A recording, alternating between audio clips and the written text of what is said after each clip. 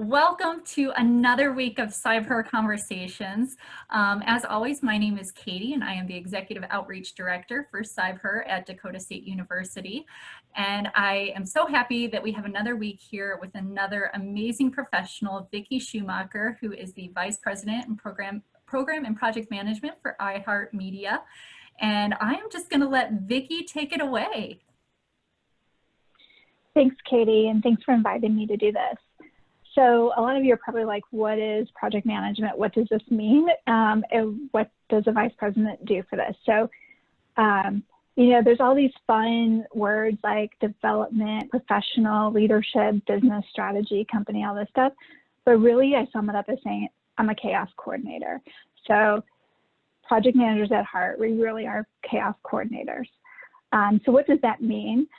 And how did I get here? So I started my career at SBC, for any of you old enough to know that company that no longer exists. And I started right out of college. My degree is in computer information systems and from Missouri State University. And at SBC, I started as an analyst, and I was more of a business analyst. Quickly moved into project management. And towards the end of my time at SBC, I was the project manager for the first release back in 2005, I'll age myself there, of the ordering system for UVerse. If any of you know what a UVerse product is for AT&T. AT&T actually purchased SBC purchased AT&T actually, and I lived through that through part of the UVerse project that we did. It was a major, major thing that I did in my really early career. $20 million budget project for just my piece of it. And we accomplished it in about 9 months worth of time of connecting huge systems together, about a 600-person project team altogether. My project team was about 100 people. So it was huge. After that was over, my husband and I decided we wanted to try to start a family. And so working 60, 80 hours a week wasn't going to work to do that. So I left and I went to Scottrade. Scottrade was amazing, and I was there up until 2018. From there at Scottrade, I kind of rode the wave of growth that we had at Scottrade, and I hit all of the different positions, and many of them I was the first one to hit those positions. So project manager, senior project manager, program manager. I became a manager of project managers, and then eventually became a vice president of process governance across all of IT. And I'll explain more what that even means, because you're probably like, those are titles, I don't even know what that means. Scottrade was then purchased by TD Ameritrade, and at that time I decided my time with them was done and it was time for me to move on to something else. And that's when I moved over to iHeart. I found the perfect job description that matched everything that I love to do, because I didn't want to be boxed into just one thing. So I was able to find it, and I actually moved and relocated my family from St. Louis, Missouri to San Antonio, Texas, and that's where we reside right now.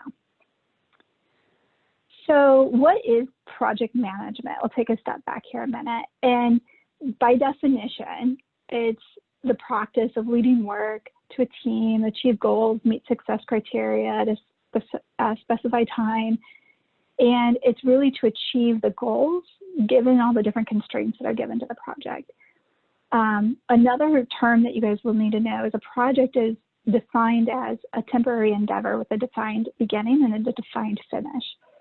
So project management really is putting schedules together with your team members, understanding all the different lines of communication.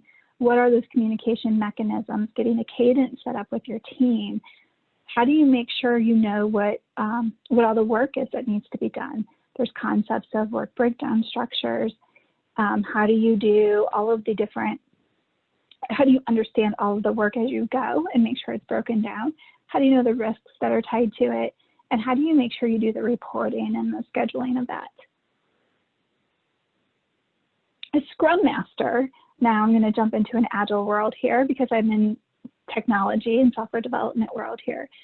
But a Scrum Master, I love this quote. It's that like an orchestra conductor guiding a group of individuals to create something that no one of them alone could create. So it's really the concept of a team. And a lot of what I do is Agile Transformation.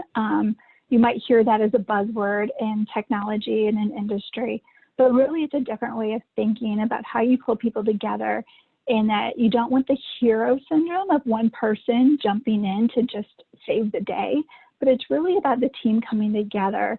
And the Scrum Master is the conductor of that orchestra, of that team. How do you pull them together? How do you do that planning on a regular cycle? And how do you make sure that everything is coming together as you progress through? And how do you deliver software on a regular basis, not just wait till the very end and deliver something? And that's called a waterfall methodology. So I'm going to touch on that too as we go. So I liked this slide because it has some humor in there. When you go and you look and you Google Agile and Scrum Master, you get all kinds of things. But I really liked this because it really talks about a Scrum Master is more than just checking things off of a list. And a lot of people will say, oh, a Scrum Master's job is to buy donuts and pizza and keep the team happy. And I will jump out of my seat and try to, it just infuriates me when people say that, because there's so much that is done by a Scrum Master. So it's encouraging, you know, it's face-to-face interactions. And right now our face-to-face interactions with my team, we've been virtual since March. So we are 100% virtual, and we get on Microsoft Teams meetings or Zoom meetings, and we get on cameras and we pull everybody together. It's making sure that the team is organizing themselves. It's empowering the teams. And as a leader, my job is to make sure that those teams are protected so that they can have those roadblocks removed away from them so that they can move forward and deliver the work that they need to deliver. Then they reflect, like, how can the team do better? So Scrum has what's called sprint cycles. And at the end of every sprint, which is 2 weeks of a period, they conduct what's called a retrospective. And it's really for the team to just say, how did we do from a people and process perspective, more so than just what was delivered. And it's really for that team to really become a high-performing team. You reward the team by showing them, like, hey, here's some great things that we did. Let's have some fun. Let's do some different things here. They facilitate conversations around, what does our roadmap look like? Are we doing enough planning ahead of time? Do we have enough of that runway ready to go so that we understand what's required and what we're trying to do? And then they're helping that team improve, and then protecting the team, just like I talked about myself protecting the team. They're jumping in to make sure that any barriers around, if it's within the control of the team, they're helping the team work through what is it that they can do to improve themselves. If it's outside of the team, they're escalating either to me or to another leader, and they're helping to make sure that whatever is needed it can either be addressed, or it's a risk or something that just can't be resolved, and they just have to accept it and put some contingency plans in place. So I also like to say, and I did jump right into Agile on this because that's my passion. So I will take a step back and say, project management does all of those things I just talked about too. And I actually call my team members Scrum Masters / project managers, because when you look in Agile, Scrum really is about just that team. But project management is about also, how do you report out? How do you make sure that progress is tracked and that leadership is kept aware and up to date on what's happening? There are some other administrative things that have to happen as well. Time entry, and there's like some project accounting things that get really boring to talk about. So that stuff CPAs take care of, and I just hand them data for that.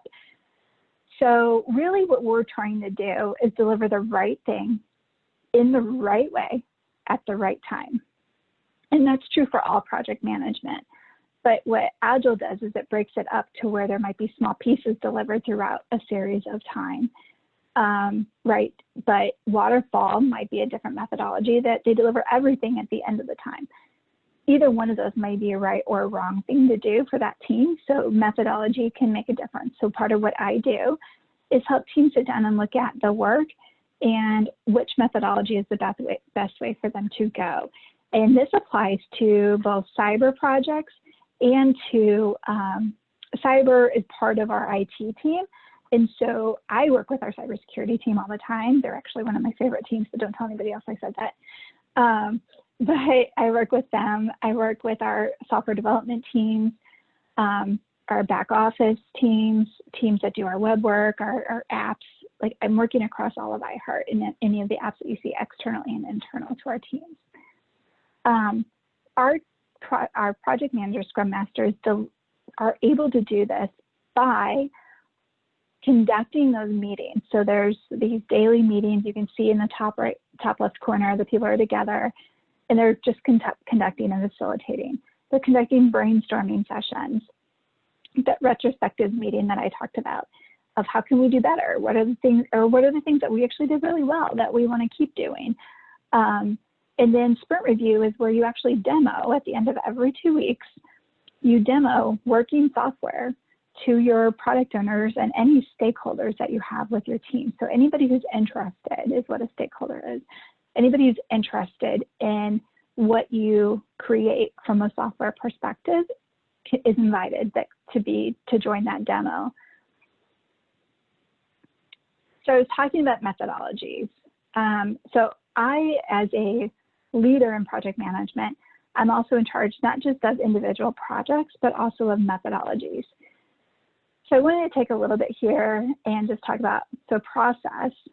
There's IT processes, and this is pretty high level, and I could go deep into each one of these, Katie, actually, and 30 minutes for each one of these if I had the time to. But there's IT processes that really show across IT that really tie what's the strategy at the top of the company, and then how do you make sure that those strategies are turned into the right ideas and then the right principles to turn into the right themes that are then delivered into it, that our teams then take and break down. So it's just this whole concept of this great big idea, and then how do you break those down into very small digestible parts that then can be delivered into the company.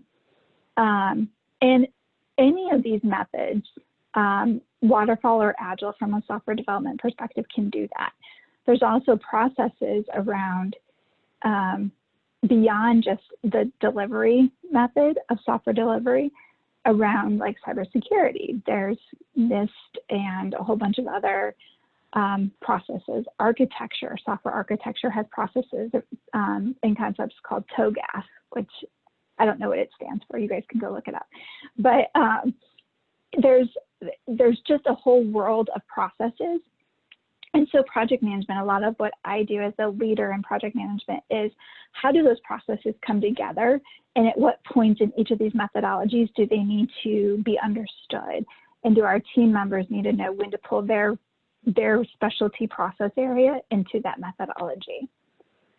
So on an Agile standpoint, you know, if I take that Agile methodology I've already talked a lot about, it's that continuous evaluation. It's that continuous look of what are we looking at the company? How can we continuously improve it? Those then go into suggestions for improvements. There's funding. I work at the strategic level. Do we have funding in place? Then do we have the application design? Do we have availability of our people capacity-wise to take on this work? Which team are we going to give this work to for their skills and competencies that they have? And then what are those delivery components? So we have the construction and the testing and the continuous improvement. I will say the cyber piece of it, our security team, we have built-in controls. We do DevOps and CI/CD, which is continuous improvement, continuous development, or sorry, continuous integration, continuous development, is part of our framework and processes. And so we've built in security controls as part of cyber security, code reviews, that type of thing are automatically built into our CI/CD pipelines that we use. And then we're also monitoring. So we're looking at KPIs, which are key process indicators, to really see, is what we delivered, was it the right thing? Was it delivered at the right time? So we're looking at lagging indicators, and we're actually also working right now to implement and work forward to leading indicators. So we want to improve and try to work towards a certain percentage of improvement. Well, we're just going to do little bits at a time. It might be over a 2-week cycle we deploy that code, or it might take 2 sprints or 3 sprints to really deploy it. to get to where we can start to measure to say, are we doing the right thing? And then we may find that we're halfway through what we thought the work would take, but we've met the KPIs that we wanted to do. And we don't have to keep going on that work. We can stop it, and then we can move on to something else that has a higher value of importance to us. So in a way, it's using our resources to the best ability and making sure that we're not wasting precious time and money for the work that we need to get done. Waterfall is traditional, and that's actually where I started in the project management world. And that's where you do the great big requirements document, which I started in that world too. And then from there, once the requirements are all done and agreed to, then it goes into a design concept where the architects and the developers will design it. And I like in the waterfall model, it's a lot more to like building a house. You can say, hey, I want a 3-car garage and I want to have a 2-story house and I need to have 3 bathrooms and 4 bedrooms or something to that nature. And those are what your requirements are. And then when you go into the design, that's when you might work with your architect to say, well, hey, here's what it looks like. Well, sometimes that can look like a houseboat, and sometimes it can look like, it might look like your dream house, but it might be something totally different too. And so that's where that design phase comes in. And then implementation is actually the building of it. So that's when, yes, you would sign off and say, yes, that's the plans that I like and the house that I want to build. And then you would go into implementation. Verification is, when you go through and you've built a house and you go through and you're like, hey, those walls have holes all over them. Why didn't the drywall get done all the way on that? And why isn't it painted? So they can go through and say, yes, this is what we decided to have. And then maintenance is, okay, we're living in the house now, but a pipe broke, so you need somebody to come in and fix that plumbing. Agile is the same thing, but it's just you go through that whole process in a 2-week cycle with a lot smaller group of requirements. So I probably should have started with that, but that's the best way to explain what those are. I wanted to bring in the CybHER framework here as well. I really liked this, in that CybHER is a framework and it is a process that we look at, and I'm deeply involved in this throughout different parts of it. I have been involved in, we do projects for identity, like access management, and how do we make sure that the right controls are in place. We've done process risk assessments and mitigation. We do those on our projects as well. Actually, when I was at Scottrade and Financial Services, this was super big for us. It's, talking to regulators, they really want to make sure that you have that identity and that the PII, the personal identifiable information, is protected for all your customers. They're looking at asset management and detecting, like, are there any anomalies or is there anything weird going on in the world that we need to raise up? And so a lot of what we do is, as there's different tools that are evolving in the cyber area, we're helping to implement those tools, and we're conducting implementation of those tools and processes. And then respond, I've actually been brought in on response for incidents where, you put a task force in and you do a war room and you make sure that you get all those things identified and move forward. So it's a lot to do there.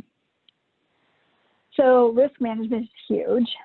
We really try to keep an eye on risks. What are those things that you don't realize that could hit your project? It's never a happy path. So what are those things, and how do you plan for those that aren't happy paths? Early on in my career, I learned we had an offshore team in India doing development work, and I learned that tsunamis in India were a risk to my software development project. I would never have expected that. Never would I have expected coronavirus to be risks to our projects, but here we are. And it's things that you really need to open your mind up beyond beyond the software development world and beyond just what you're looking at to really get a true idea of risk. And it's the more you do, and the more experience you have, the more you're going to say, wow, I really don't even know what risks could be out there to watch for. So a project management office, I wanted to take a step back. There's a lot more to it, and I'm going around a lot about what do I do, what do project managers do. So I've already talked about processes, procedures, delivery of projects. strategy a little bit, really tying those ideas from the top of the company, working with the executive team to how do you make sure that those are funded and put in the right place and then delivered at the right time. Governance is how do you make sure you have the right security rules in place, that you're having secure code, that your developers aren't posting things externally when they shouldn't be, you know, different things like that. Those are all governance type things. IT management. So not just I do a lot of coaching and mentoring. I don't do it just with my own team. I coach and mentor across the IT organization between my peers and outside of IT as well. And then operations are what are those day-to-day things that you need to do to keep the lights on for these applications once they're live. So I wanted to dive just a little bit deeper. So PMO is also more about a center of excellence. So what are those templates and tools and like processes that I talked about, like Agile? What are the reporting things? What's the assurance? Portfolio management is all of the strategies at the top. How do you put them all together, and then how do you make sure what they are delivered for? I'm leading an Agile PMO.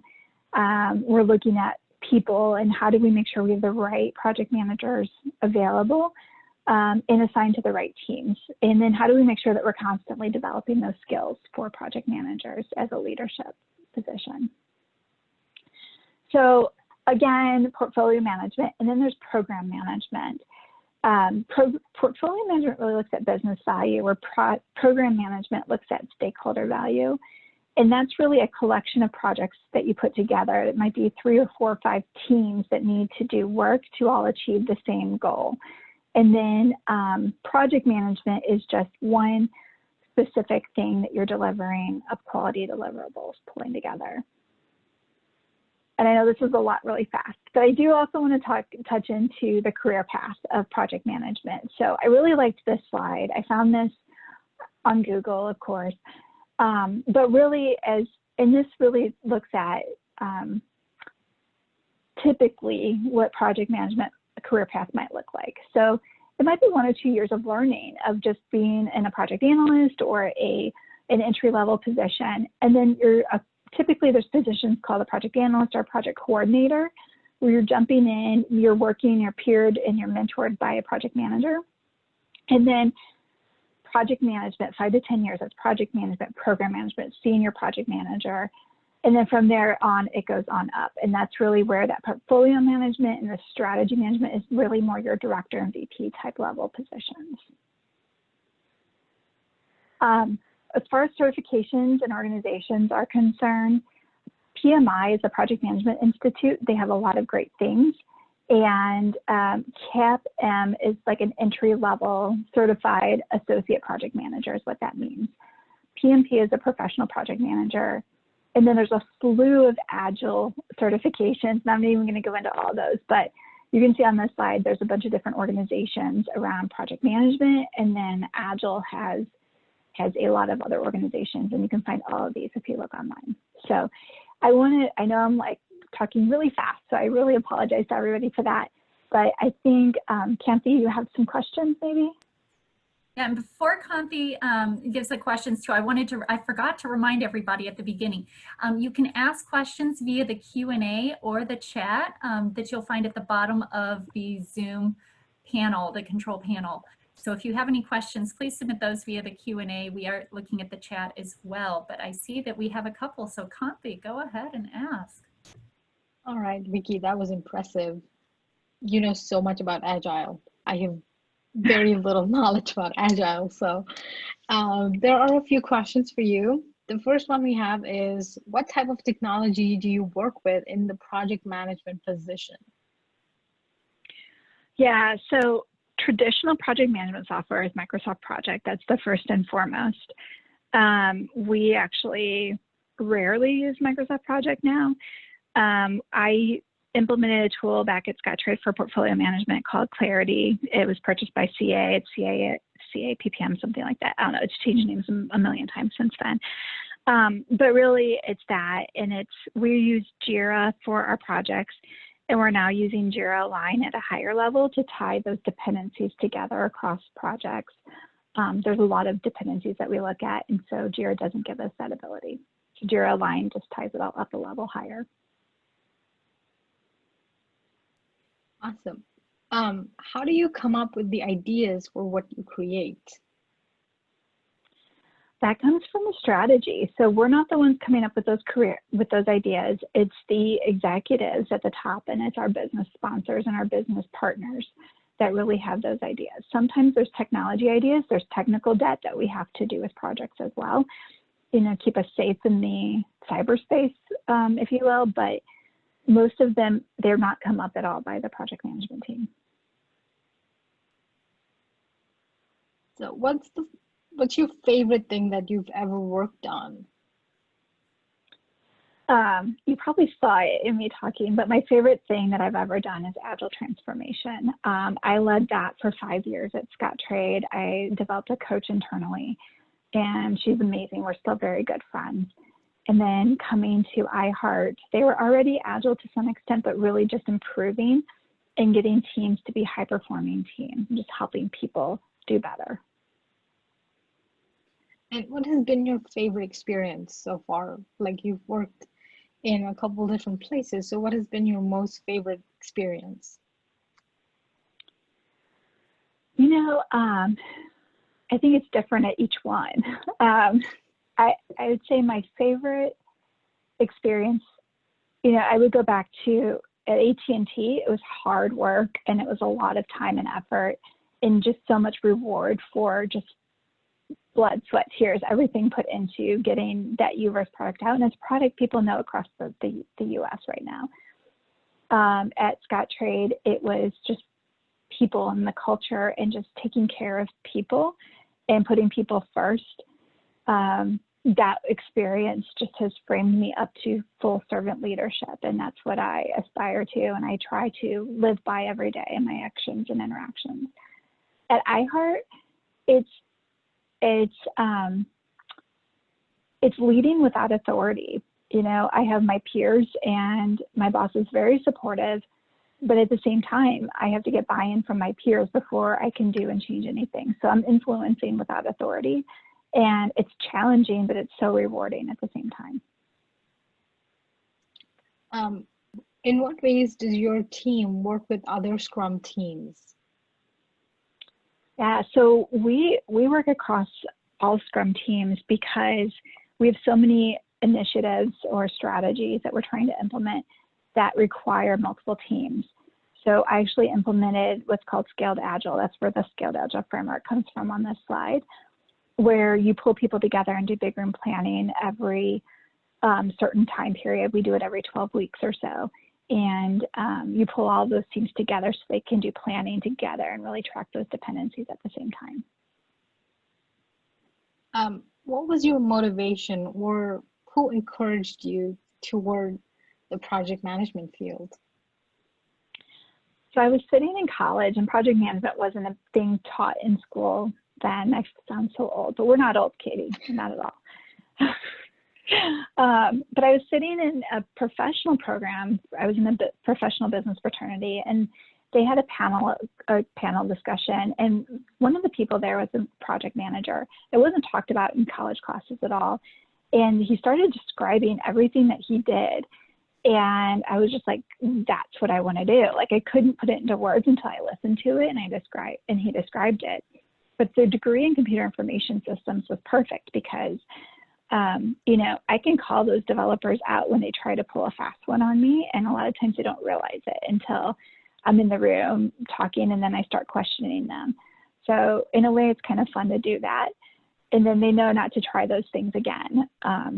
But yeah, it was fun to get into that, and I'm glad I spent a year as an analyst. I did take development classes. I took COBOL. I'm gonna age myself again, but I took Java, COBOL, Visual Basic before it was .NET, really age myself here. But I did take all those development classes as well. Awesome. Well, thank you so much. I want to thank Vicki for coming on to our conversation today and being our featured speaker. While I give you a bit of more information about what's coming up, I am going to launch our poll just to get a little bit of feedback from everybody who is on here. But so you are aware, next week we have another CybHER Conversation again on Wednesday at 4 p.m. Central Time. We are going to be featuring a Dakota State University alumni, Kelly Criddle, who currently works for SBS Cybersecurity and is an information security consultant and digital forensic analyst. So we're excited to have one of our own DSU alumni. We're super thankful to Vicki for coming on and sharing her experience as a program and project manager and all that she has done throughout her career. So thank you again, Vicki, for coming on. So, and we are looking forward. Yeah, we're looking forward to seeing everybody again next week. So if you have not already followed us on our social media, you can follow us on Facebook, Instagram, or Twitter. You can also be sure to subscribe to our YouTube channel, CybHER on YouTube. We will be putting this recording up there within the next few days. And we have our previous recordings also going on there. And you can find lots of great videos about different concepts in cybersecurity and in technology on there as well. So please be sure to subscribe to our YouTube channel. And we'll see everybody next week. Okay, thank you. Thank you.